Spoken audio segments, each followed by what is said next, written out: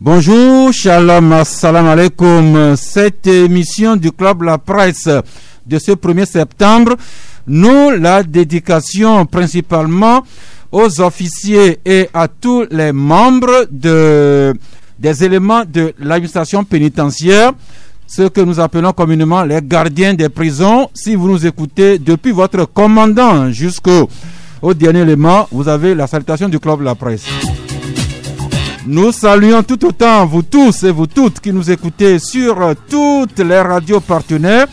Radio Courtoisie à Dapan, Radio Lumière à Neho, Central FM à Sokode, Radio Daoul en Pays Bassa à Konkomba, Radio Sama FM depuis Niamtougou, et également vous qui nous écoutez sur les radios numériques qui nous relaient dans le monde entier. À la technique aujourd'hui, nous sommes accompagnés par Datevi Thomas, Michel Tomenga et Géraud Dakouja. Et au studio, deux invités déjà installés, Eric Hugues Johnson Pakoujo, bonjour. Bonjour Sass, bonjour chers amis auditrices et auditeurs de Canal FM, bonjour chers invités. Eh bien, l'Union pour la patrie qui porte aujourd'hui des informations de proximité, notamment sur l'économie. Nous allons en parler avec un invité qui était déjà avec nous il y a quelques semaines, Légende Gbenyedi. Bonjour. Bonjour, monsieur Sass. Voulez-vous vous représenter vous-même à la mémoire pour des auditeurs? D'accord. Oui, moi, je réponds au nom de Gbenyedi Légende, c'est directeur marketing de la société LGI. LGI, notamment ce logiciel pour aider les PME, PMI dans la gestion et le contrôle de leurs ventes et de leur stock.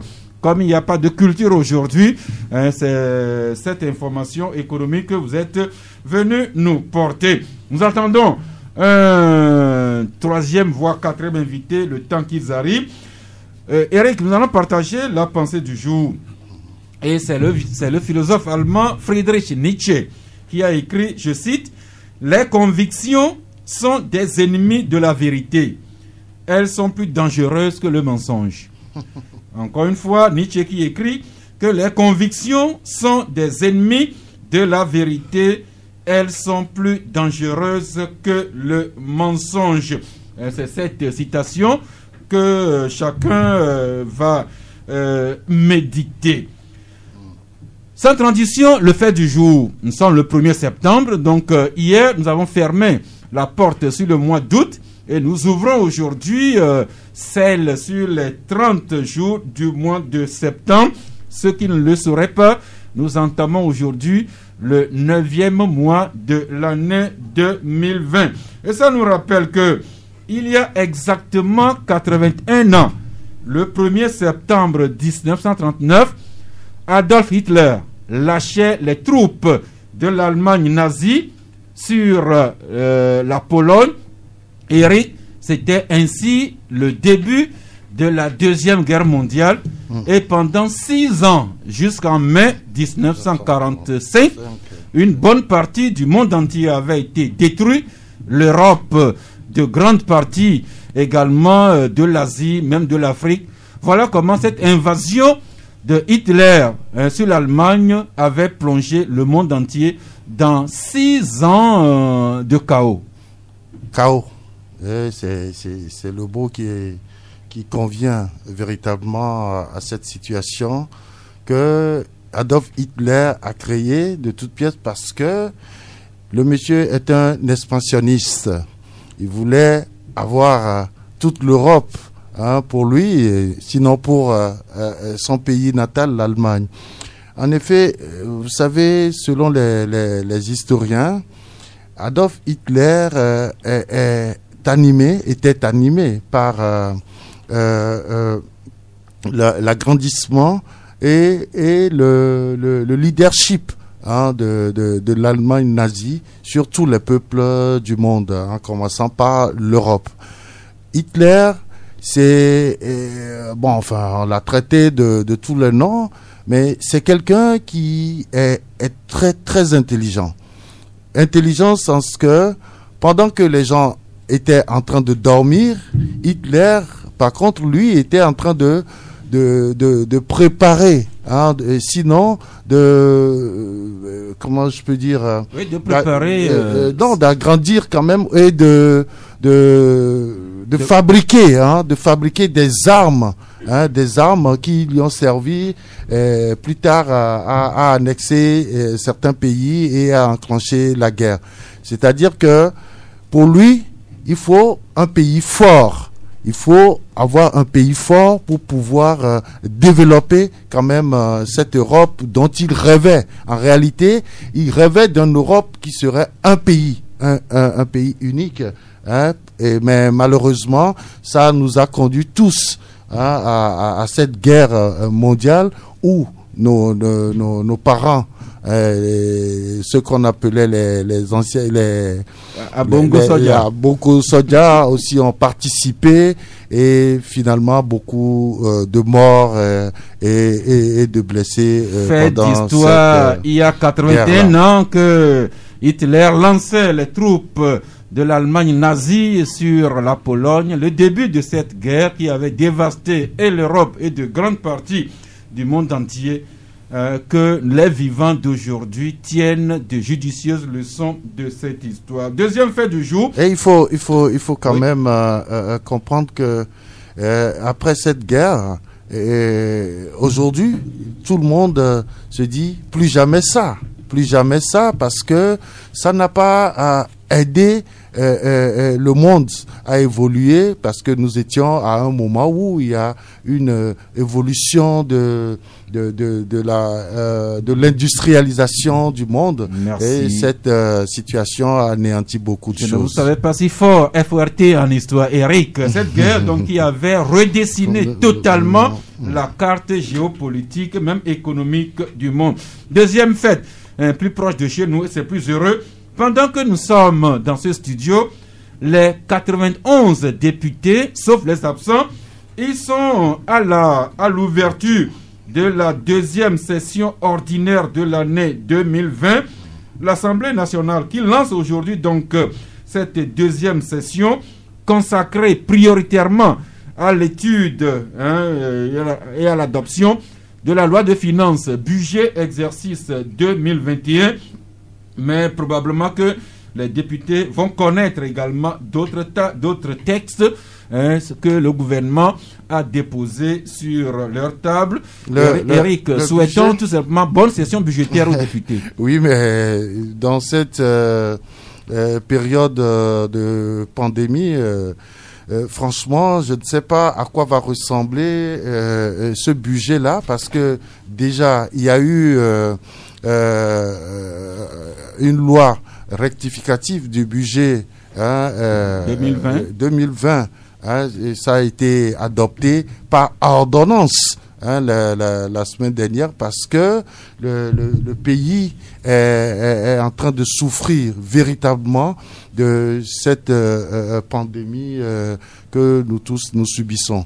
Donc je me dis que cette session sera très très délicate pour l'adoption du budget 2021, du moment où les prévisions sont déjà à la baisse, économiquement parlant, et ne savons pas combien d'entreprises ont déjà fermé leurs portes, et quel sera le niveau ou le taux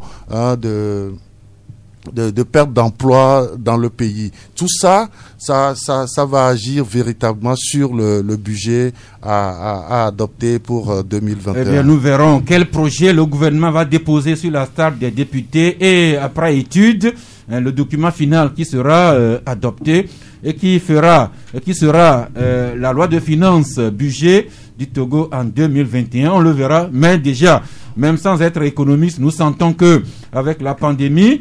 Et comme Eric le disait, les ressources, les entrées sont en train de se raréfier. Et le taux de croissance que le Togo escomptait à 5,5% va être réduit à 1,3%. C'est ce que le ministre Sassani Yaya avait communiqué la semaine dernière.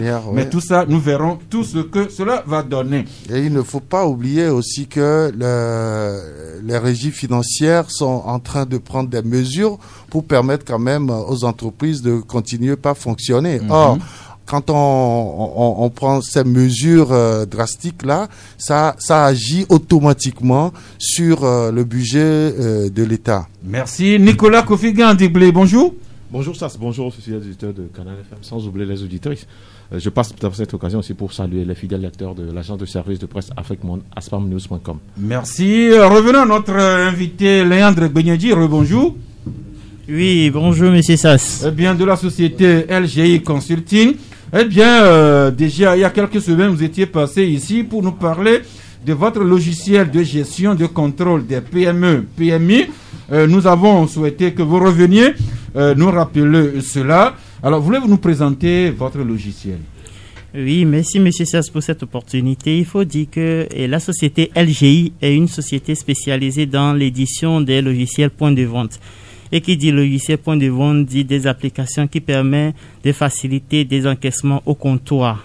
Et de ce fait, vous développez une performance de gestion dans votre structure. Mais il faut avouer que nos logiciels sont pourvus de certaines applications qui sont incorporées, comme les applications de paye, les applications de gestion commerciale, de comptabilité et de recording très bientôt. Parce que quand nous parlons de recording, ce sont des moyens de paiement en ligne. Donc, nous sommes en train de vouloir utiliser des applications d'une très grande banque de la place. Et très bientôt, nos applications, vous pourriez payer avec T-Money et ça va actualiser la base dans le logiciel sans pour autant le faire manuellement. Donc, il y a différents modules dans votre logiciel. Il y a beaucoup de modules dans notre logiciel et ceci c'est fait sciemment pour faciliter la vie des micro-entreprises qui sont d'ailleurs nos cibles. Tout simplement parce que en ces temps de Covid-19, nous avons constaté que les micro-entreprises ont beaucoup souffert. Donc, étant dans une situation où ils ne géraient pas leur activité avec l'informatique, beaucoup d'institutions financières ne veulent pas leur donner de l'argent en ces temps-ci. Donc, la meilleure manière pour nous, c'est de les accompagner avec des applications qui leur permettent de produire des rapports financiers à ces institutions financières et de leur rendre crédibles. Donc avec votre logiciel, on peut, même à distance, bien gérer sa structure, contrôler aussi bien le stock que la vente, avec toute la fiabilité. Et oui, avec toute la fiabilité que cela nécessite, puisque nous avons deux offres. Il y a le premier offre qui concerne les micro-entreprises, qui sont des logiciels toutes faites. Maintenant, il y a l'offre entreprise, c'est-à-dire, je prends un exemple d'une entreprise qui a des succursales à Hébert, à Takpamé, à Tchévier et à Niamtougou, par exemple. Maintenant, il y a possibilité maintenant de coordonner les rapports de ces différents espaces de vente-là, mais sans d'une application web qui peuvent coordonner simultanément les rapports et que le propriétaire juste dans sa chambre peut consulter sur son Android, c'est vraiment difficile. Cette offre d'édition d'applications web, qui est juste une offre pour les sociétés aussi, est aussi disponible à LGI actuellement. Nicolas a pour vous une question. Nicolas? Oui, au fait, nous constatons actuellement qu'il y a de ces entreprises-là qui créent, certaines vont vous parler de Allo, ceci, avec des logiciels. Mais nous avons vu l'application des logiciels au Togo, même avec la Covid-19, le gouvernement a même créé un logiciel pour le transfert d'argent que les gens ont piraté. Est-ce que vous pouvez nous rassurer aujourd'hui que avec votre logiciel et autres, il n'y aura pas de ces choses-là? Parce que le plus souvent, c'est ce qui nous revient après. On dit non, on a créé quelque chose et les gens rentrent dedans. Et puis ça, surtout quand c'est financier et que ça rentre. Est-ce que vous pouvez nous assurer aujourd'hui qu'il n'y a pas de faille, comme a posé la question, ça, et que c'est vraiment fiable, dans la mesure où le plus souvent, c'est ce qui arrive. Est-ce que tu peux me donner plus d'explications là-dessus? Légende? Oui, je vous remercie pour cette question. Et d'ailleurs, même beaucoup nous en ont parlé. Maintenant, le souci qui se pose, c'est que nous, actuellement, en ce qui concerne les paiements en ligne, nous sommes en train de bosser avec les API d'une structure, une grande banque de la place. C'est eux qui ont développé cette API-là. Nous allons juste les prendre pour intégrer à notre logiciel.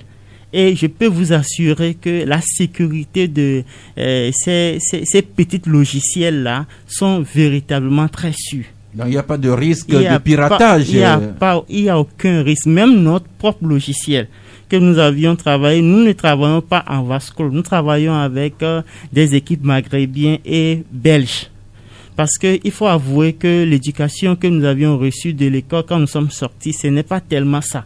Pour éditer un logiciel, il faut une compétence plus élevée que malheureusement ce que nous recevons de l'école. Donc, nous sommes obligés de faire cette complémentarité-là avec d'autres personnes vivant dans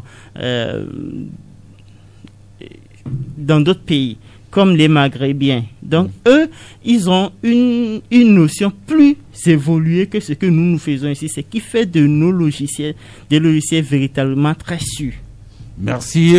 Si quelqu'un vous écoute et voudrait en savoir davantage. Oui, si une personne voudrait avoir des informations, la personne peut nous contacter sur le 92 61 18 80. 92 61 18 80 ou simplement aller sur notre site web lgiconsorting.net. Merci, je l'ai annoncé, nous allons parler beaucoup d'économie aujourd'hui. Nous y sommes et nous continuons avec Eric. Votre journal Union pour la Patrie, vous revenez sur un sujet qui fait polémique depuis quelques jours. Il s'agit de la suspension par la Banque mondiale de la publication du rapport Doing Business pour l'année 2021. Aujourd'hui, vous écrivez irrégularité des données de Doing Business, la polémique.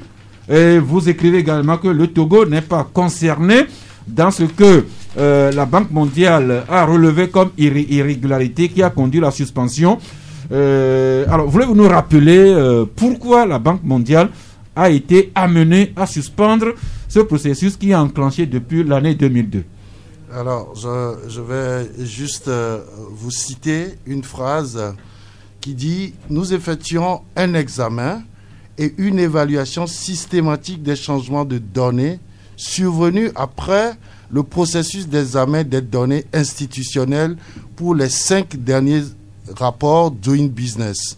Nous avons demandé à la fonction d'audit interne indépendante du groupe de la Banque mondiale de réaliser un audit des processus de collecte et d'examen des données pour Doing Business et des contrôles visant à protéger l'intégrité des données.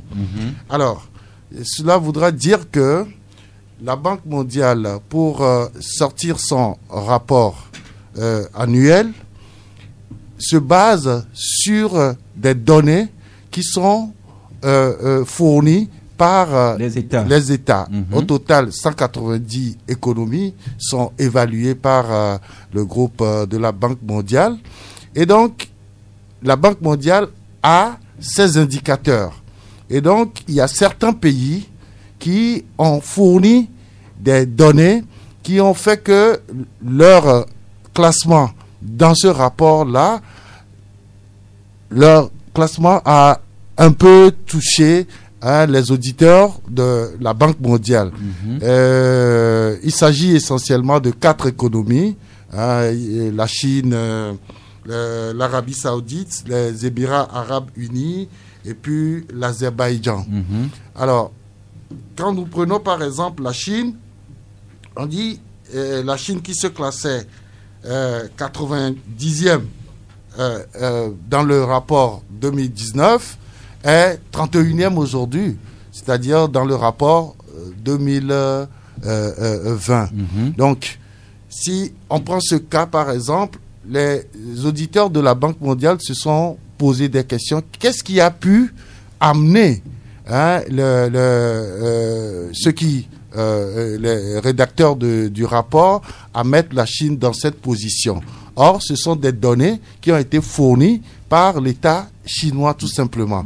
Et donc, la Banque mondiale se dit, il doit y avoir certainement des irrégularités. Alors, on va procéder à l'évaluation, à l'audit de cette donnée-là.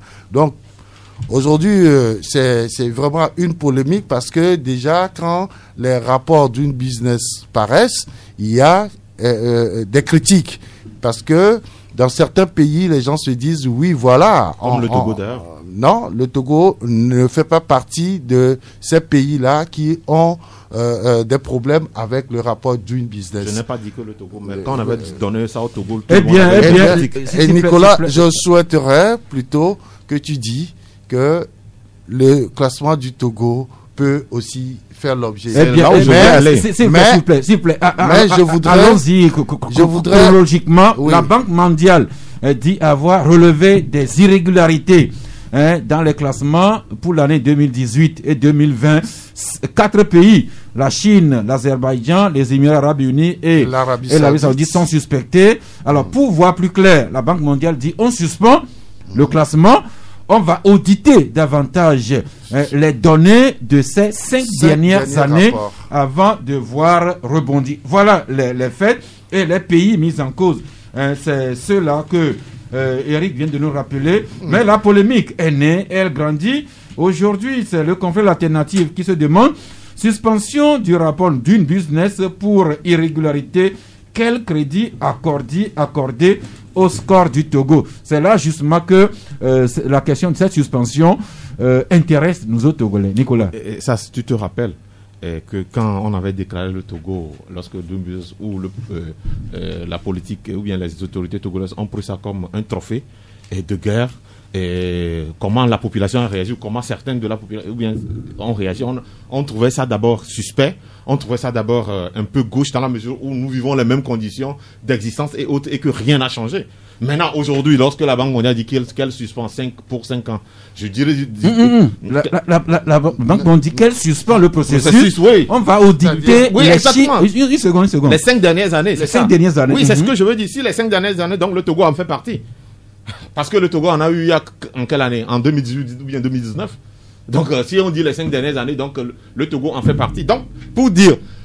Vous savez, quand on parle, les gens disent que non, c'est parce que nous n'aimons pas le gouvernement, c'est pourquoi. Lorsque 2000 avait sorti ça, on a crié ici que non, que c'est trop suspect parce que c'est nous qui vivons la réalité du Togo, même quand on nous donne des chiffres. Aujourd'hui, on nous prouve que la Banque mondiale ne se sert que des rapports que les gouvernants envoient. Donc, quand les gouvernants envoient, est-ce qu'ils font après l'audit comme ils veulent le faire? Ça ne se fait pas. Donc, ce que les gouvernants envoient, c'est sur ça qu'ils se basent. Parler directement dans le micro. Oui, c'est sur ça qu'ils se basent pour dire que, oui, tel pays, or, la réalité d'existence de ces pays est parallèlement contraire. Pour dire aujourd'hui que, sincèrement, ce 2019, moi, je dis que c'est une supercherie. C'est une supercherie. Et aujourd'hui, ça prouve même, quand on nous dit que c'est seulement ces 5 pays, ça prouve même que les attributions antérieures ont été de fausses attributions. Vous avez le droit de partager votre doute, sauf que Nicolas, je me rappelle, j'avais eu la ministre en charge du climat des affaires, Madame Sandra Ablamba Johnson, plus d'une fois dans ce studio. Elle avait dit que les données que la Banque mondiale collectionnait pour son classement émanaient des États, mais pas seulement des gouvernements. Il y a également le secteur économique, notamment le secteur, disons, le secteur privé, et également les médias. Il y a également des ONG et d'autres observateurs ici dans le pays que nous connaissons nécessairement, pas toujours. Donc c'est l'ensemble de ces données-là qui amène la Banque mondiale à son classement. C'est juste pour compléter. Oui, avant que vous continuiez. Alors justement, la dame Ablamba Johnson, elle a rencontré un média, un confrère, il y a quelques jours, pour s'exprimer sur le sujet. Alors l'essentiel qu'on note des propos de la ministre Johnson, c'est que le Togo n'est pas concerné par ces irrégularités relevées par la Banque mondiale. Ça, c'est d'un. De deux, Mme Johnson trouve que le plus important pour le Togo reste la contribution des réformes au mieux-être des acteurs du secteur privé et de la population togolaise dans son ensemble. Elle demande que le Togo garde le cap des réformes qui va conduire à un plus grand rayonnement de notre pays. Et si le climat des affaires au Togo demeurait de plus en plus attractif, c'est un facteur de succès du PND. Eric? Non, par rapport à tout ce que Nicolas a dit, je voudrais dire tout simplement ceci. D'abord, le rapport du business, c'est pas un rapport qui dit que le pays va très bien économiquement. Par contre, on parle des réformes économiques qui permettront aux investisseurs de venir investir dans le pays. Alors, on parle des indicateurs. La Banque mondiale a ces indicateurs. Nicolas ne peut pas me dire aujourd'hui que au Togo, on a encore des difficultés pour créer son entreprise. Là, c'est un indicateur palpable sur lequel la Banque mondiale pose ses classements. Quand on parle, par exemple, du foncier, par exemple, il y a beaucoup de réformes qui ont été faites par l'État togolais.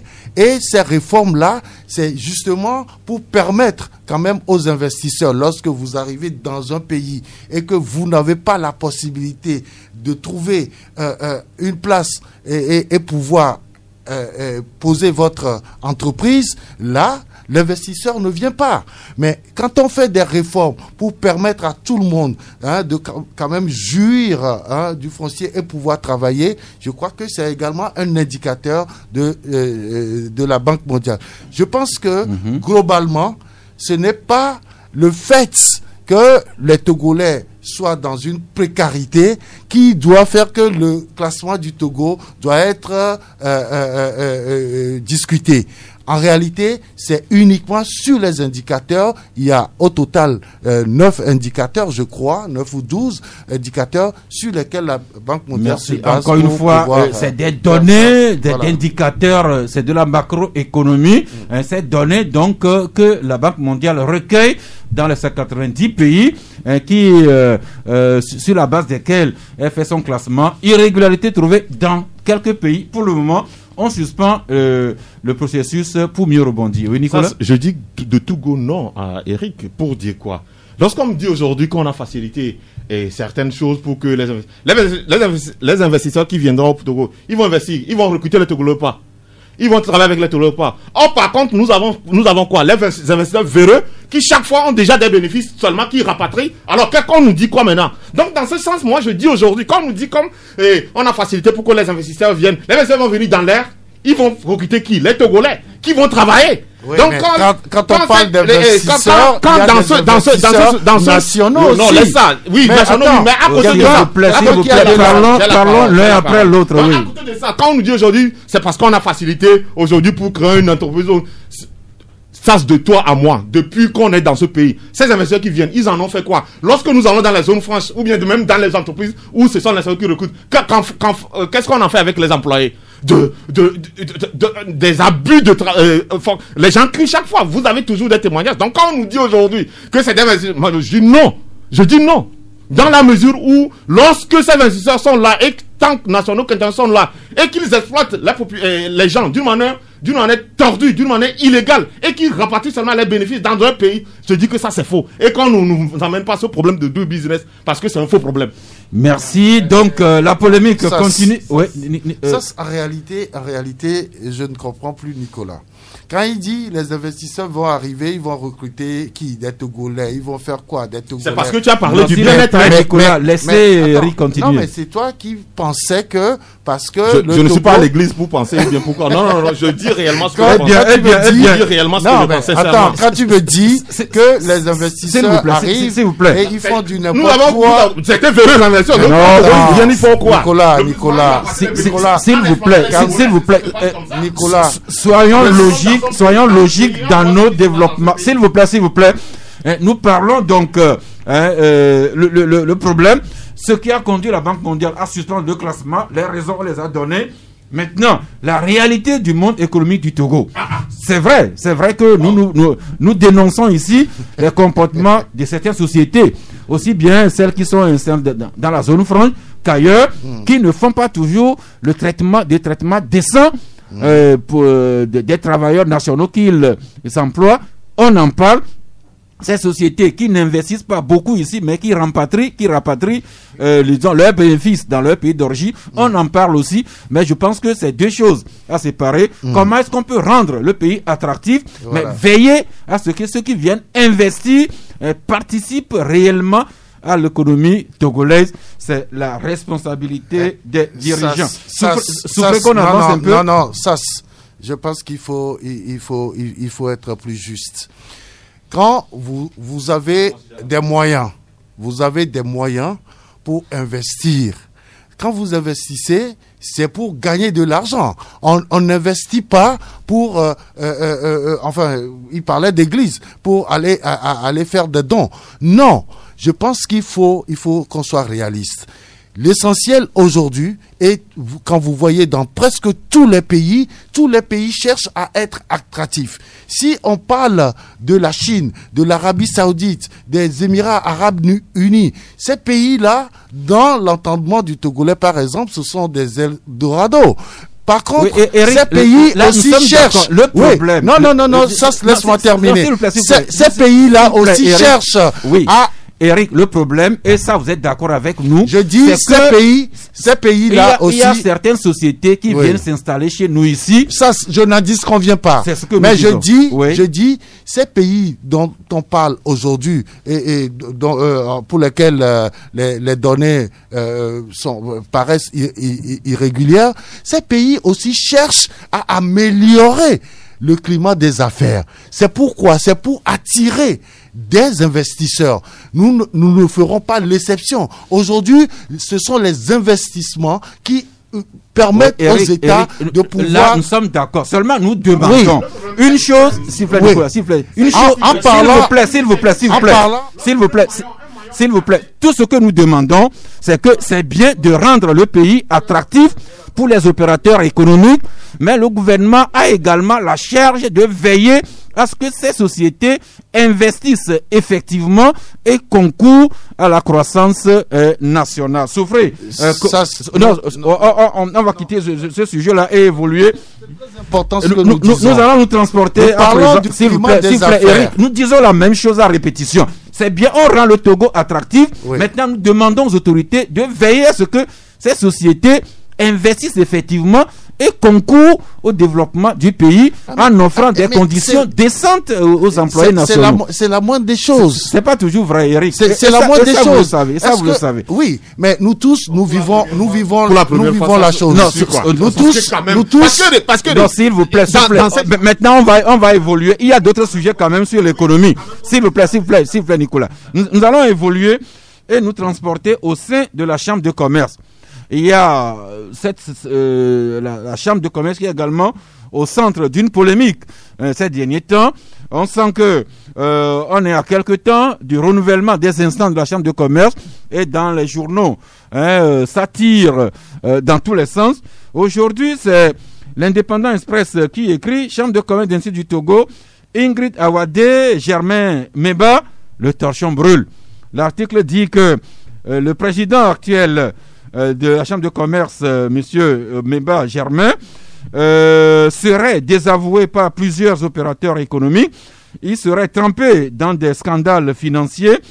Et puis, aujourd'hui, il y aurait un certain bras de fer entre Germain Meba et celle qui était sa marraine il n'y a pas longtemps, Ingrid Awadé. Nicolas, c'est pour dire que vous lisez les journaux sur les informations. Vous savez que beaucoup d'informations portent sur la Chambre de commerce.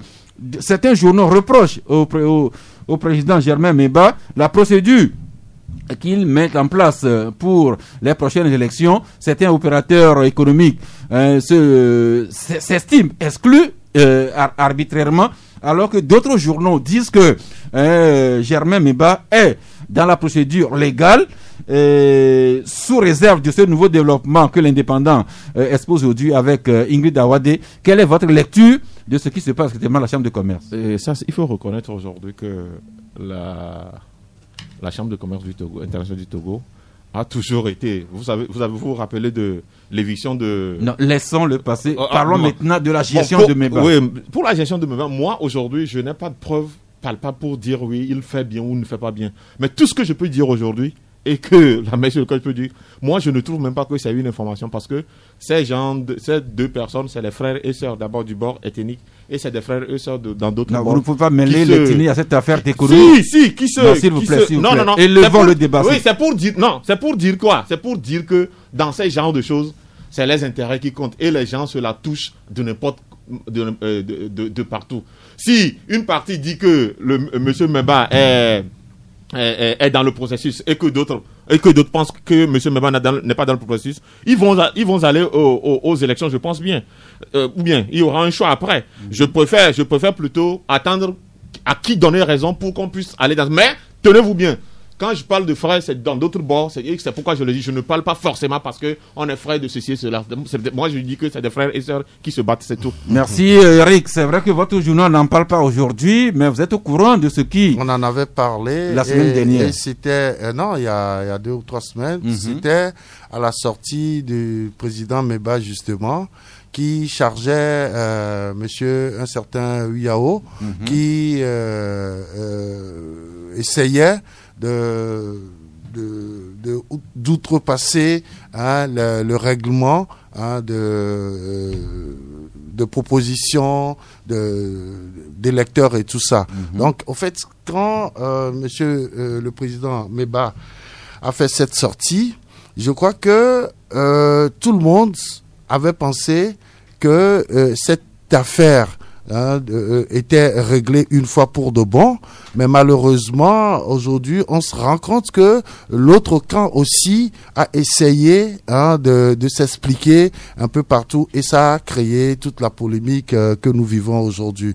Je crois que de toutes les façons, la Chambre du commerce a été toujours l'objet de convoitises de certaines personnes, et il y en a qui se sont battus pour faire partir d'autres, il y en a qui de façon un peu illégale, si on peut dire ainsi, et je crois que à chaque fois qu'il y a une élection au niveau de la Chambre du commerce, on vit toujours les mêmes choses. Je crois qu'une fois pour de bon, le ministère du commerce ou le ministère le ministère du commerce et le ministère des finances doivent normalement trouver une issue favorable pour que ces élections-là se passent dans de bonnes conditions. Je crois que là où nous allons, c'est qu'il y aura un président qui sera élu, peut-être qu'il ne sera pas soutenu par tous les opérateurs économiques. Et là, quelle sera sa voix, comment sa voix porterait dans le pays et à l'international. Or, c'est une institution qui permet quand même de réfléchir sur comment les opérateurs économiques peuvent évoluer ensemble et permettre un développement harmonieux de notre pays. Nous allons suivre les élections à la Chambre de commerce, sauf que c'est pas seulement cette institution qui se fait parler d'elle en période électorale. Il y a également le Comité national olympique du Togo, dont le bureau aussi tend vers la fin de mandat. Et les élections à venir font également problème. Nous en parlons de temps en temps. Et aujourd'hui, c'est le confrère, je crois, l'alternative qui, à la page 7, écrit CN au Togo, une éventuelle candidature de Bayor qui cristallise toutes les attentions. Nicolas, voilà aussi un sujet. Si je me rappelle quelques publications, M. Bayor serait frappé par la limite d'âge. Selon l'âge, il ne serait plus autorisé à vouloir remplir. De l'autre côté, on lui reproche aussi de vouloir falsifier les textes, ce qui a conduit à l'éviction de la personne en charge des questions légales. C'est l'ancien ministre ministre Ouala, oui. Mais le moins qu'on puisse dire, Bernard Ouala. Mais Nicolas, le moins qu'on puisse dire, c'est que les élections à venir au Comité national olympique du Togo, ça risque également d'être chaud. Ça ne m'étonne pas. Nous sommes dans ce pays, le poisson pourrit par la tête. Vous avez vu, il y a des mains ici. Quand il devait partir, on a fait toiletter la Constitution. Il n'est pas parti. Son fils est là, on fait toiletter toujours la Constitution. Voilà, aujourd'hui, vous allez voir que même dans les essences, c'est comme ça. C'est parce qu'à la tête, c'est toujours comme ça. Après, on dit que non, on n'aime pas. C'est comme quand ceux qui gouvernent ce pays ont cette manière la plus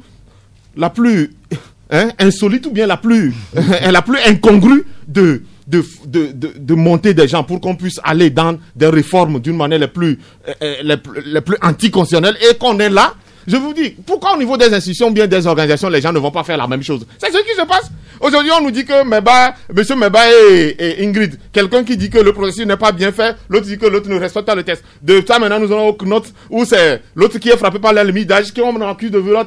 C'est les mêmes. Vous voyez qu'aujourd'hui, c'est pourquoi quand nous parlons, les gens pensent que nous sommes en train de nous aigrir ou bien non, ça n'a rien à voir. Voilà comment les choses sont liées. C'est pourquoi je dis que dans tout ce qui se fait dans la gouvernance, c'est une cybernétique. Et la cybernétique, c'est une chaîne. Lorsqu'un maillon est coupé, la chaîne ne marche pas. C'est ce qui se passe. Et c'est comme ça on vit ça. Et ce n'est pas toujours, c'est les deux là qu'on dit aujourd'hui. Allez dans d'autres, vous allez voir. C'est quelqu'un qui ne veut pas laisser, l'autre va tolter les têtes. Et c'est comme ça. C'est parce que à la tête, ça a été comme ça. C'est pourquoi c'est comme ça. Attends, nous la vivons et attendons de voir. Merci Eric. Là où Nicolas peut avoir raison, c'est que les élections posent problème en Afrique, pas seulement en politique. Non, Nicolas, vous avez terminé. Ouais. Pas seulement en politique, mais également on constate que même avec les opérateurs économiques, il y a problème. Même dans le monde sportif, il y a problème. Et puis, le plus cocasse, c'est pas seulement chez nous. Même dans la sous-région, même en Côte d'Ivoire. Et ils n'ont pas fini de régler les problèmes de l'élection présidentielle. Même élit le prochain bureau de la Fédération ivoirienne de football pose également problème au point que, et c'est vous qui écrivez, c'est la FIFA même qui est entrée dans le jeu pour demander la suspension du processus électoral à la Fédération de football. Décidément, on dirait qu'il y a une malédiction qui nous suit pour ce qui concerne les élections. Eric. Mais ça, quand les gens sont dans un état du pouvoir pour le pouvoir, on ne peut que s'attendre à ça. C'est-à-dire, en réalité, les gens arrivent... au fait, ils jouent sur l'analphabétisme de nos populations. Quand vous allez à une élection, les gens ne vous élisent pas par rapport à votre programme, c'est-à-dire un programme que vous devez suivre pendant votre mandat pour aider quand même, ne serait-ce que le groupe, la société ou la fédération. On parle du CNOT aujourd'hui, mais si les gens arrivent, en réalité c'est le mode de désignation ou d'élection qui pose déjà problème à la base au niveau de ces institutions-là. Aujourd'hui, Bayor, on dit qu'il est frappé par l'âge et qu'il ne pouvait plus se représenter. Mais étant à la tête de l'institution aujourd'hui, il cherche des moyens pour pouvoir se représenter. Est-ce que le règlement, la loi qui permet de faire cette élection-là n'est pas assez claire pour que personne ne puisse y toucher. C'est tout le problème. Donc la base, c'est les tests. Les tests qui régissent ces institutions-là, ce sont ces tests-là qui causent problème. Vous le dites si simplement, nous avons de très beaux textes, mais qu'est-ce qui fait que l'application du texte tu as fait un rapprochement par rapport à d'autres pays. C'est dire que la base est déjà faussée. Alors, je pense que nous sommes maudits en Afrique dès qu'on parle d'élection. La malédiction vient d'où? C'est nous-mêmes. C'est nous-mêmes. On parle de... Oui, Nicolas. Je vais revenir sur le cas de la Fédération ivoirienne de football. Moi, je parle de la Fédération togolaise de football. La dernière élection de M. Akpovi, ça a été une élection à polémique. Pour preuve, le président d'un club de... Une seconde. Les auditeurs se plaignent que vous criez un peu trop fort dans les micros. D'accord. Maintenant, diminuez votre décibel. Pour preuve, un président d'un club de Tchamba a porté plainte à la TAS ou à la FIFA comme ça. Et il y a eu de problème. Qu'est-ce qui s'est passé? On a commencé à aller pour dire qu'on va régler les choses à la meilleure. Est-ce que ça a été réglé à la meilleure? Et si c'est réglé à la meilleure, est-ce que c'était légal? Non. Donc vous comprenez aujourd'hui que partout, dans ces institutions et autres, on essaie de fignoler d'une manière les plus incongrue, les plus antigenres, pour rester seulement à la tête. Voilà sur quoi nous vivons chaque fois, et nous dénonçons chaque fois. Maintenant, de grâce, que au moins les gens quittent de leur piédestal là pour au moins être humbles et revenus, parce que après tout, c'est le pays qu'on nuit. Vous allez voir, dans quelques jours maintenant, on va dire non, le comité de CNOS s'est réuni, les textes ont été modifiés, c'est comme ça se fait. Parce qu'à côté de ça, il y a certains qui vont le soutenir parce qu'il y a l'argent qui va circuler de l'autre côté, et puis c'est comme ça, et c'est grave. Je dis de grâce, et que ceux qui prétendent gouverner ce pays montrent le bon exemple, une bonne fois pour toutes, au moins ça. Et tout, dans ces genres de choses, on nous fait de méli-mélo, et comme quoi, on nous sort un slogan, allons-y, pour dire que nous continuons, allons-y. Oui, c'est quand même un malheureux constat que à chaque fois que nous approchons des élections, il y a problème. Et allez un peu en Guinée, allez en Côte d'Ivoire, à l'approche des élections présidentielles, la tension monte. La crise au Mali, les militaires ont renversé le président Ibeka suite aux dernières élections législatives, et même en sport, au comité national olympique du Togo ici, la FIFA, disons, le football en Côte d'Ivoire, on n'arrive pas à organiser de simples élections à la tête de nos associations. J'espère que quelqu'un ne va pas nous dire que nous sommes poursuivis par un signe indien. Descendons maintenant dans les collectivités territoriales avec la décentralisation. Cet article de l'alternative à la page 3, corruption, délégation spéciale de la préfecture de Yoto, un rapport de la Cour des comptes qui révèle un détournement de 300 millions de francs CFA en 5 ans. On va lire l'alternative pour le Yoto.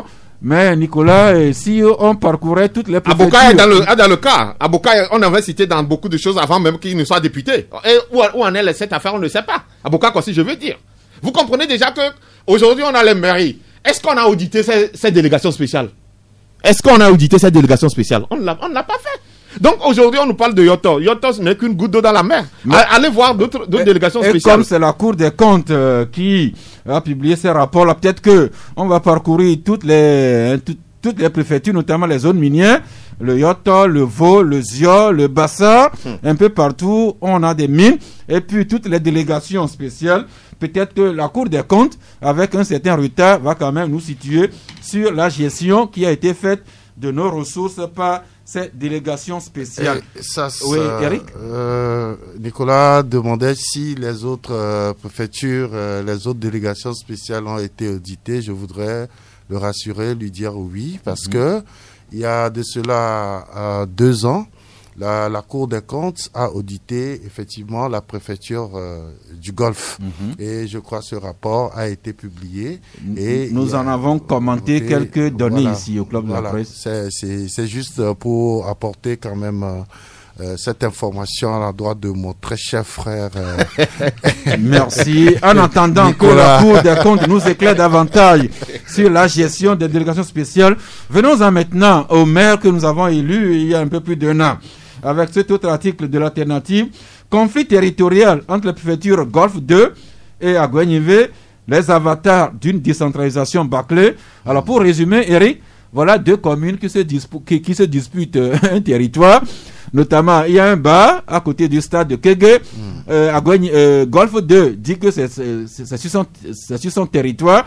Golfe 2. 1 aussi. Oui. Golfe 1 aussi. Et Aguenivé 1 aussi. Oui. Alors, non, Aguenivé 1 et Aguenivé et Golfe et Golfe 2. Alors, voilà. Comment est-ce qu'on peut s'expliquer? On peut comprendre que deux communes se disputent le territoire. Non, mais ça, il faut se dire que nous sommes en apprentissage dans la gestion des communes. Et je crois que il y a quand même une commune qui a fait un travail. J'ai vu une carte de la commune avec ses délimitations. Laquelle? Golfe 3. J'ai vu cette carte-là et je me suis demandé si les autres communes ont essayé de faire la même chose pour la délimitation de leur territoire comme Golfe 3. Donc, je crois que c'est un travail qui devait se faire en amont avec le ministère de l'administration territoriale. Et donc, si vous avez des difficultés, comme ça a été fait, on a appris cette histoire dans les médias, il faudrait d'abord se référer à ce ministère-là qui doit vous dire exactement quelles sont les limites de votre commune.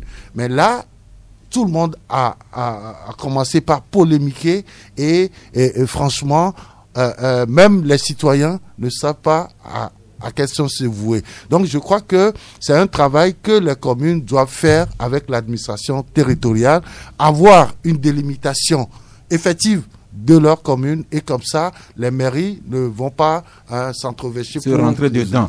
Nicolas, vous rappelez qu'en amont, il y a quelques années, il y a un comité spécial qui avait été présidé par le Premier ministre en personne, qui avait travaillé à la délimitation et puis au dénombrement des communes. Et puis, il y a le ministère qui est là. Alors, comment est-ce que le ministre Payadoa Boukwissi peut laisser les deux maires se battre pour une portion du territoire? En fait, j'avais dit ici, une fois, que les maires qu'on était en train d'élire étaient une patate chaude.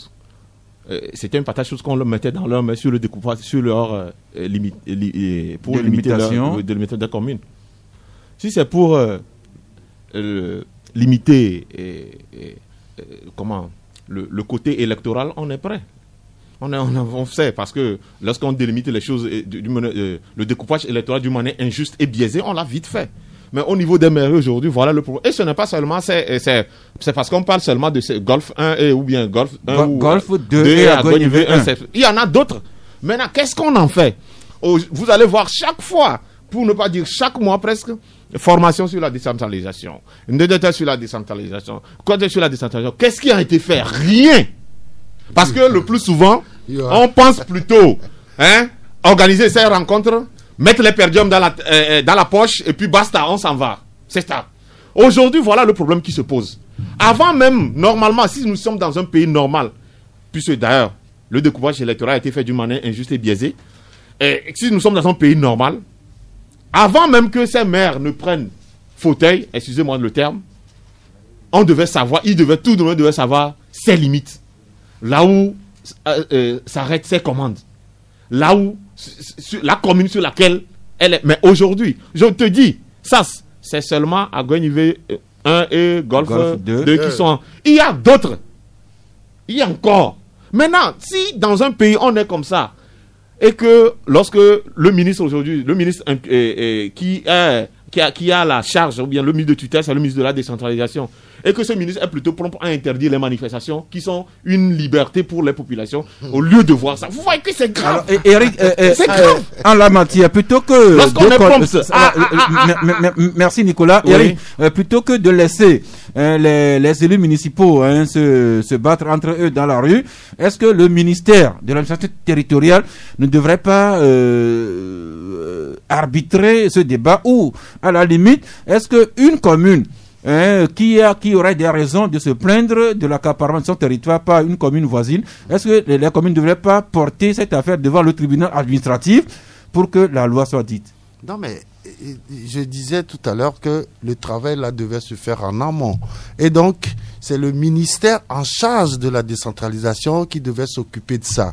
Est-ce qu'on a besoin du tribunal administratif? Non, pas du tout. Je pense qu'il suffirait à ces maires-là de faire la demande au niveau du ministère de tutelle pour avoir... Est-ce qu'ils devaient faire la demande? Sinon même, au niveau de la préfecture.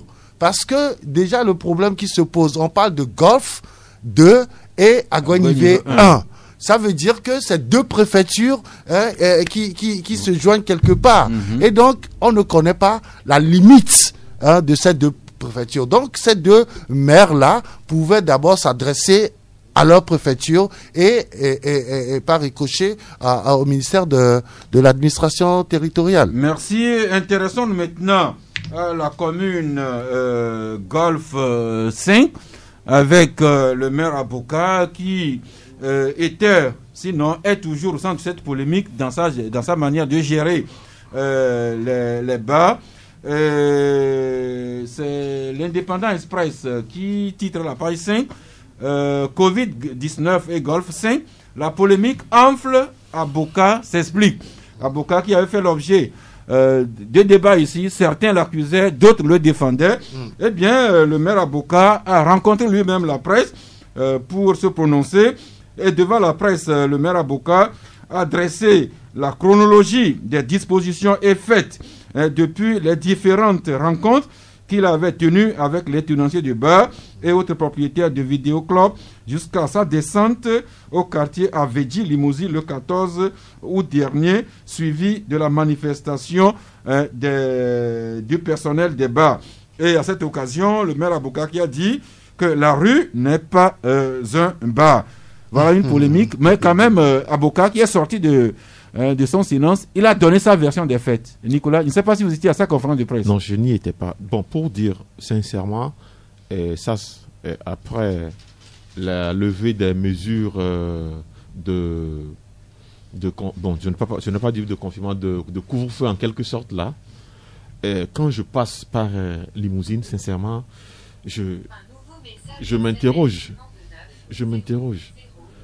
Et dis-toi bien ça, dans ces genres de choses, tu vas voir les gens s'entasser à Limousine, puisque c'est de là que je passe chaque fois pour rentrer à la maison. Je me dis, mais est-ce qu'eux sont aussi au Togo, et bien ils ne sont pas concernés par cette maladie? Et ça fait que moi, chaque fois je m'interroge de Limousine jusqu'au bar Y, jusqu'au Carrefour Y, mais ça, on est ensemble et sans masque, et sans mesure de barrière. C'est vrai. Le maire a pris les mesures, ou bien a élevé le degré de mesure, mais je pense que c'est de bonne guerre. C'est de bonne guerre, sincèrement. C'est de bonne guerre.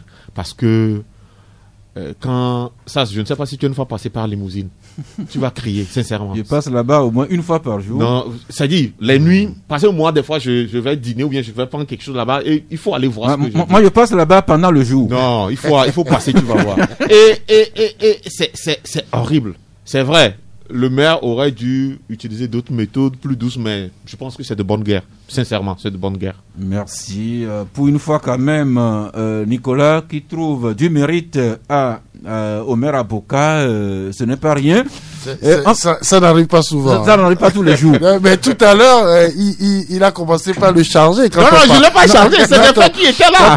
Quand on parlait des délégations spéciales, oui, il était... Alors, voilà, ça veut dire que, en gros, il faut que nous tous nous fassions extrêmement attention. C'est vrai que, vous savez, quand vous allez dans ces bars-là, qu'est-ce que l'on vous dit? L'on vous dit tout simplement, nous sommes venus en famille. Et si on n'a pas eu la maladie à la maison, c'est pas dans le bar qu'on va la voir. Et malheureusement, est-ce que les familles montrent le certificat de test? Non, malheureusement, ce qui se passe, c'est qu'on demande tout simplement de mettre la distance entre les tables qui sont dans ces bars-là. Et c'est là où se pose le vrai problème. Parce que là où il dit, du côté de Limousine et tout ça, il n'y a pas assez d'espace pour respecter la distanciation sociale quand les gens arrivent en grand nombre. Donc, le maire Aboka a fait cette sortie-là après plusieurs interpellations. Il y a même des bars qui ont tout simplement fermé. On a vu même des VIP qui ont fermé pour éviter des situations pareilles. Donc je crois que quelque part, il faut qu'on prenne conscience de la chose et qu'on essaie de respecter les mesures barrières pour éviter la propagation du virus dans notre pays. Et on va finir avec votre interpellation, l'Union pour la patrie, qui... vous nous rappelez que le relâchement inquiète, alors que les chiffres montent davantage. Hier, nous avions 1400 contaminations. On a enregistré un 28e décès. Nicolas, donc le relâchement on doit pas relâcher, inquiète. On ne doit pas relâcher. Si on veut continuer à vivre, quand même que nous appelions un peu plus. Je suis avec ma boîte comment vous l'appelez? Votre solution hydroalcoolique. Je suis avec ça chaque fois. Avant de rentrer, je l'ai fait. Je veux sortir, je vais le faire. Je suis masqué. Je pense que... En fait, il faut que les gens comprennent une chose. Ici, c'est notre vie. Quand le gouvernement fait mal, il faut qu'on le dise. Et on le dit chaque fois. Mais cette fois-ci, lorsque ça dépend aussi de notre vie, je pense que nous devons adopter les mesures barrières là. D'abord, les gens qui gouvernent ce pays ne vous soucient pas de vous. Et que par sa façon ne se soucie pas de vous, que vous allez vous laisser aller. Je pense que ce n'est pas important. L'important aujourd'hui, c'est de se protéger, d'adopter les mesures barrières et atteindre l'alternance qui va venir. Merci. Mais attends, ce garçon-là, il est formidable. Mais quand il veut dire de bonnes choses, il crie pas. Je laisse le auditeur. Et puis, donc, il est 11h, il est 12h. Donc, aujourd'hui, on a parlé des questions light, économie, avec notre ami Léandre Gbenyedi et son logiciel pour nous aider. Léandre, c'est une femme? Légende, pour nous aider à bien gérer nos PME et PMI. On a parlé de nos communes, on a parlé de questions de proximité. Bien, nous allons souffler un peu le temps que vous entrez en ligne à partir de 12h pour nous enrichir davantage. 93.5 Canal FM. Aujourd'hui, nous avons parlé presque exclusivement d'économie, un peu dans tous les sens, et des collectivités territoriales, nos communes, des questions de proximité qui devraient vous intéresser, n'est-ce pas? À présent, nous sommes ouverts à vous. Alors, bonjour l'auditeur. Allô, bonjour. Bonjour. C'est madame, monsieur? Maman, Eya Tete. Pardon, maman? Eya Tete. Ah bon, c'est un nom? Oui. Ok, allez-y madame, je vous écoute. Oui, c'est pour saluer tout le panel là-bas. En premier lieu, vous. Et j'apprécie beaucoup monsieur Nicolas, ses interventions me plaisent beaucoup. Parce qu'il ne fait que parler de la réalité. Selon vous? Je le soutiens et nous formons un groupe de femmes ici, nous le soutenons. Que Dieu le bénisse. Amen. Il bénisse toute l'opposition togolaise, surtout Monseigneur Kodjo, je l'ai béni. Et notre président. C'est tout. Merci. Il semble que ce que femme dit, c'est ce que Dieu même voulait dire. Eh bien, que la bénédiction de l'auditrice soit sur Nicolas et sur nous tous. L'auditeur suivant, bonjour. Bonjour. Oui. Télé. Oui, allez-y. Je salue le plateau. Bon, je voulais intervenir pour le Dune Business. Oui. Bon, qu'est-ce que le Dune Business, depuis sa naissance au Togo, a apporté aux Togolais? Bon, ce que moi je voudrais poser comme question, est-ce que c'est l'homme noir qui va aller chercher l'homme blanc comme investisseur pour venir dans son pays? Non. L'homme blanc n'a pas besoin que c'est l'homme blanc qui va venir l'installer ou bien faire, ou bien pour l'attirer, tout ça là. Non. On vous dit dans votre pays d'instaurer la démocratie et puis il n'y a pas de problème. Dans un pays où on a créé une commission pour arrêter les voleurs, c'est dans ce pays-là que les gens vont venir investir. Nous voulons que il y a des gens comme les Adjakli là, il faut les multiplier pour qu'ils investissent dans le pays. C'est tout. S'il y a tout ça là, comme les talents, les Ajavo, Sébastien au Bénin. Merci. Apparemment, notre ami a débordé le rapport d'une business. Merci quand même pour sa contribution. Nous prenons le troisième. Bonjour. Allô? Oui, bonjour. Vous allez bien? Oui, ça va chez nous. D'accord, c'est pour aborder un peu le thème des élections. Ok, c'est monsieur? C'est Papa Sogbale. Papa Sogbale, ok. Oui, il y a encore demain qui va venir. Vous savez, en Afrique francophone surtout, l'injustice de la justice ne fait que bouleverser les sociétés africaines. Aujourd'hui, quand vous constatez ces phénomènes d'élection, bien de problèmes d'élection à la Chambre de commerce, c'est parce que à la tête, les mêmes problèmes se posent. On a parlé de transparence ici, chez nous. On a parlé de transparence, élection transparente. Ça, avez-vous vu la transparence dans les élections que nous avons effectuées depuis le 22 septembre, le 22 février? Et si on établit la transparence, c'est fini. Comptez les choses de mieux, il y aura la transparence et il y aura la clarté dans les choses. Transparence veut dire clarté. continuer à regarder dans les choses. Merci. Et il y aura la paix. Merci pour le vocabulaire, transparence, je dis clarté. Les élèves ont bien appris. L'auditeur suivant, bonjour. Allô? Oui, bonjour. C'est monsieur? Barnabas, s'il vous plaît. Pardon? Barnabas. Eh bien, nous vous écoutons. Oui, c'est par rapport à la descente du maire Aboka. Je pense qu'il a pleinement raison, comme mon frère journaliste vient de le dire. Parce que quand vous allez là-bas le soir, c'est comme si eux, ils ne sont pas au Togo. Ce n'est pas le propriétaire du bar qui le fait, mais ceux qui viennent là-bas. Vraiment, ça devient un danger public pour toute la population. Je pense que le propriétaire du bar et le syndicat, ils doivent revoir leur vie pour régler les choses. Merci beaucoup. Le maire Aboka appréciera. Et pourquoi pas les autres maires. Le suivant en ligne, bonjour. Allô? Oui. Bonjour. Oui, c'est madame? J'ai eu la chance. Et si? Oui. Eh bien, nous vous écoutons. Voilà. Vous aviez parlé de communes, la bagarre qui s'y passe toujours et souvent. Et puis voilà. Je voudrais parler de M. Aboka. Aboka a géré tout le Golfe seul durant une quarantaine d'années. Oh, pardon. Il avait été... il n'a pas fait 40 ans quand même. Une trentaine d'années. Non, même pas. Tout au plus 15-20 ans. Et qui c'est qui était avant lui? Moi, je sais qu'il est là-bas depuis longtemps. Il nous a jamais fait de compte. Aboka avait été nommé à la délégation spéciale, je crois, en 2001, au plus tôt. Hein. Ça fait trop longtemps. Et notre constitution dit quoi? Et il est là-bas depuis une vingtaine d'années, disons, et il nous a jamais fait de compte.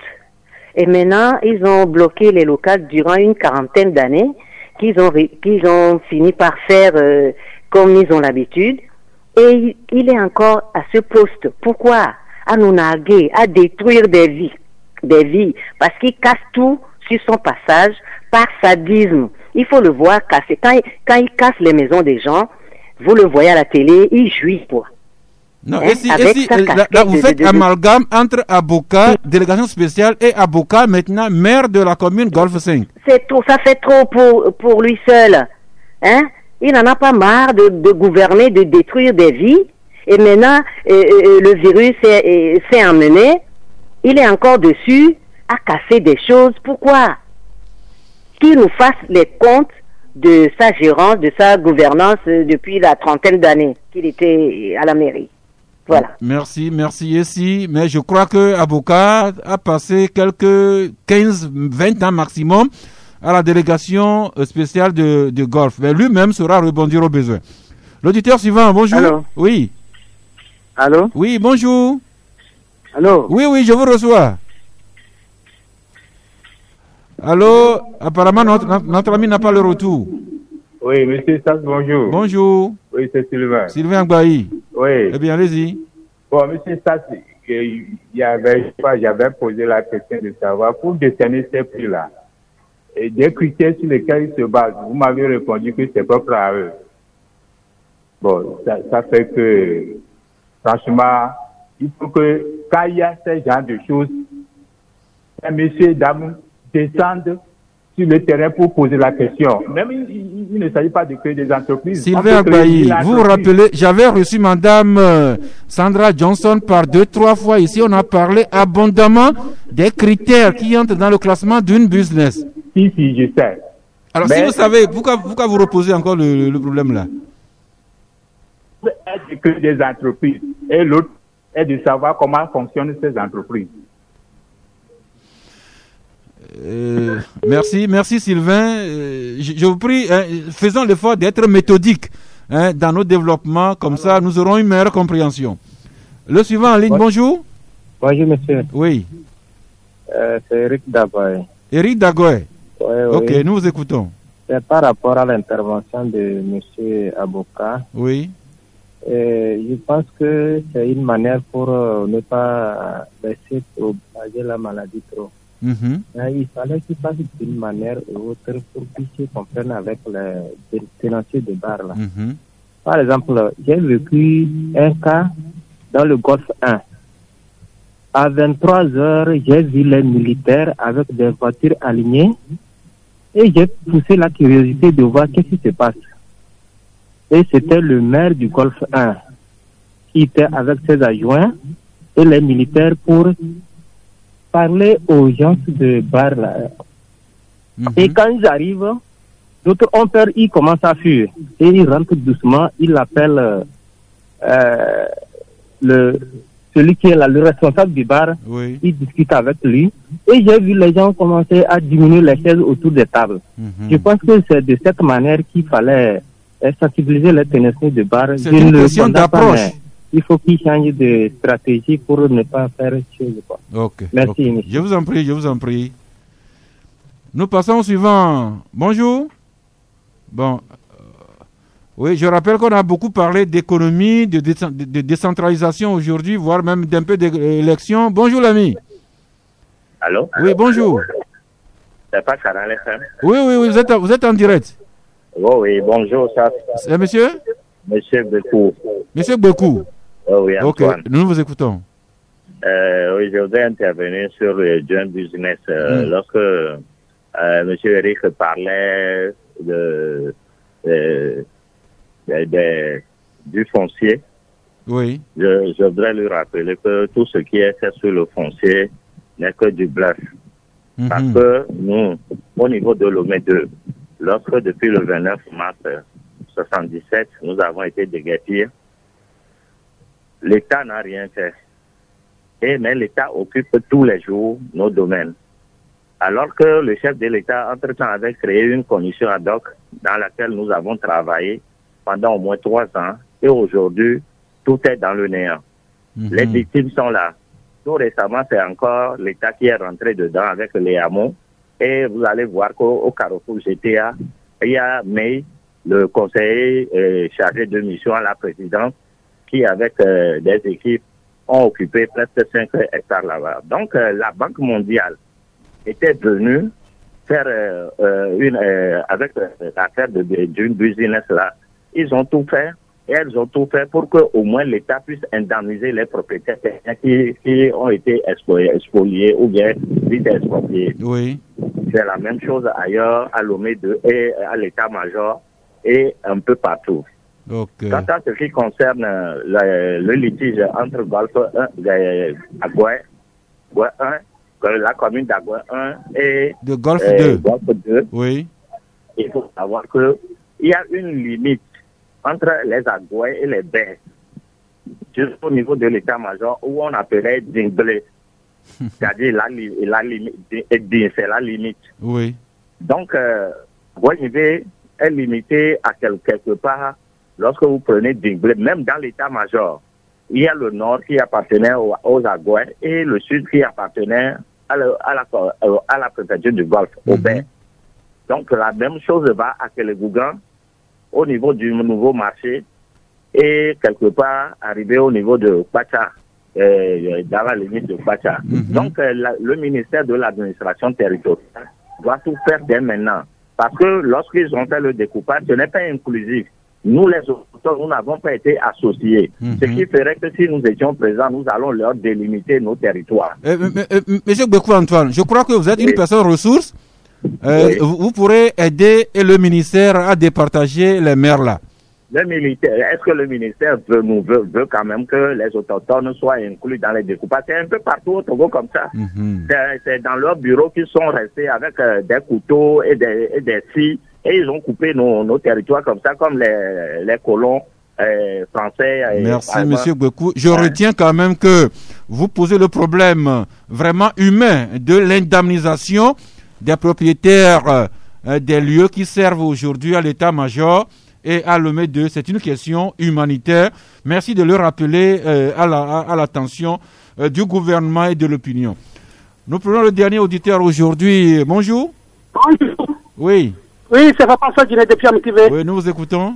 Je voudrais intervenir surtout aux côtés de maire Aboka. Oui. Maire Aboka, il doit un peu changer de stratégie.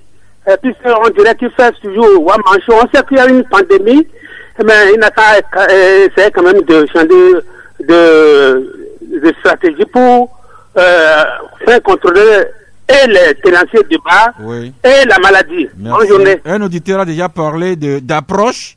Ok, nous prenons le tout dernier auditeur aujourd'hui. Bonjour. Allô. Oui. Bonjour, ça. Bonjour, c'est monsieur Gérard Sélassié. Jean-Sébastien. Gérard Sélassié. Ok, allez-y. Bon, tout le monde parle de monsieur Aboka. Hein. Ceux qui ont créé la bière, là, en pleine pandémie. Et qu'est-ce qu'on en dit? Une bière qui vient, tout le monde s'en trouve. C'est la bière là qui amène les gens dans les bars. Il faut parler de ça. Merci. Ok, donc vous attirez l'attention sur ceux qui fabriquent la bière autour de laquelle les gens s'agglutinent. Merci beaucoup. Ok, on va faire le point. Eric, Nicolas... qui m'a été directement adressé par rapport au foncier. Je pense que l'auditeur a parfaitement raison et je suis vraiment content qu'il dise que la Banque mondiale a envoyé une délégation qui a demandé que les expropriés soient indemnisés. Mais je crois que ce dont nous parlons aujourd'hui, c'est ça qui va permettre de ne plus enlever des populations entières, des familles et tout ça de leurs terres que l'État va occuper. Si les tests qu'on est en train de réformer aujourd'hui, c'est ces tests-là qui vont mettre fin à cette manière de faire des gouvernants. Et je voudrais aussi dire que ces dispositions-là permettront désormais aux autochtones de pouvoir réclamer quand même ce qui leur revient. Et je crois que c'est une très bonne manière. Si l'État togolais veut réformer, ça c'est à l'avantage des populations. Merci. Donc que l'expropriation pour cause d'utilité publique s'accompagne d'une décente et digne indemnisation à l'endroit de ces populations qui sont aussi des Togolais. Nicolas, beaucoup d'auditeurs sont revenus sur la décentralisation avec M. Aboka et bien d'autres. Vous voyez comment ça intéresse quand nous développons nos sujets ici. Je pense que nous, étant journalistes, comme toi d'ailleurs, nous faisons tout pour, d'une manière ou d'une autre, élucider certaines choses, faire comprendre la population certaines choses. Et c'est de bonnes guerres qui nous suivent. Vivement qu'ils nous suivent et vivement que nous aussi nous ayons la force et le discernement de bien identifier nos propos, nos sujets avant de leur faire part. Merci. Le rapport Dream Business aussi a beaucoup intéressé des auditeurs. Mais les gens de Gbenyedji, je n'ai pas eu de questions ou bien de commentaires sur votre logiciel. Oh non, j'espère que les auditrices et les auditeurs ont très bien compris ce que nous essayons d'apporter à leur niveau. Mais aussi, je voudrais ajouter une petite chose, c'est que la dernière fois, nous avions fait une petite promotion, mais on a juste donné une semaine pour la clôture. Donc, les gens demandaient à ce que nous puissions encore refaire la même chose. Donc, durant 15 jours, nos logiciels qui sont en 280 000, nous les avions revus à 70 000. Et la formation à 10 000, le tout fait 80 000. Aussi, nous mettons l'humain au sein de ce que nous faisons. Par exemple, nous avons constaté que les imprimantes thermiques qui sont relativement très chères, dans l'ordre de 260 000, vous pouvez trouver ça à LGA à un prix relativement à la portée de tout le monde. À 180 000. Et les papiers thermiques que les pharmacies utilisent. Nous avons un paquet où à l'intérieur il y a 100. Alors que sur le marché, les gens vendent le paquet de 80 à 60. Vous trouvez le paquet de 100 chez nous à 55 000. Donc, il faut dire que nous essayons dans la mesure du possible d'apporter des produits de qualité, mais à un prix relativement très concurrentiel. Merci. On va terminer là en souhaitant un joyeux anniversaire à un ami, Eric MC. Vous savez, qui n'est plus à présenter, The Black Nigga. C'est son jour d'anniversaire aujourd'hui. Peut-être que quand on aura fini, la technique va adresser un petit clin d'œil à Eric MC qui célèbre aujourd'hui une bougie de plus. C'est 100 ans. Oui. Carton de fin d'émission, Nicolas? Non, je n'ai pas de carton. Ok, je vous ai transféré le message d'un ami auditeur qui souhaiterait que vous diminuez un peu votre décibel et comme ça, il ou elle vous comprendra mieux. Non, en fait... non, ouais, pour répondre à l'auditeur, okay. Quand je parle, je ne sais même pas que je crie. Peut-être que c'est ma voix. Ah, peut-être que Eric a raison. Peut-être que Eric a raison. Eric, votre carton de fin d'émission? Non, je passe. Je voudrais dire bien des choses à nos éditeurs et auditrices et leur demander de respecter les mesures barrières pour le bien de tous. Merci. Vous libérez ainsi du temps pour permettre aux techniciens de faire un clin d'œil du club de la presse à Eric MC pour son jour d'anniversaire. Nous allons nous retrouver demain mercredi à 11h si Dieu le veut et Dieu le voudra bien. Raison de plus encore une fois de célébrer la vie à chaque instant.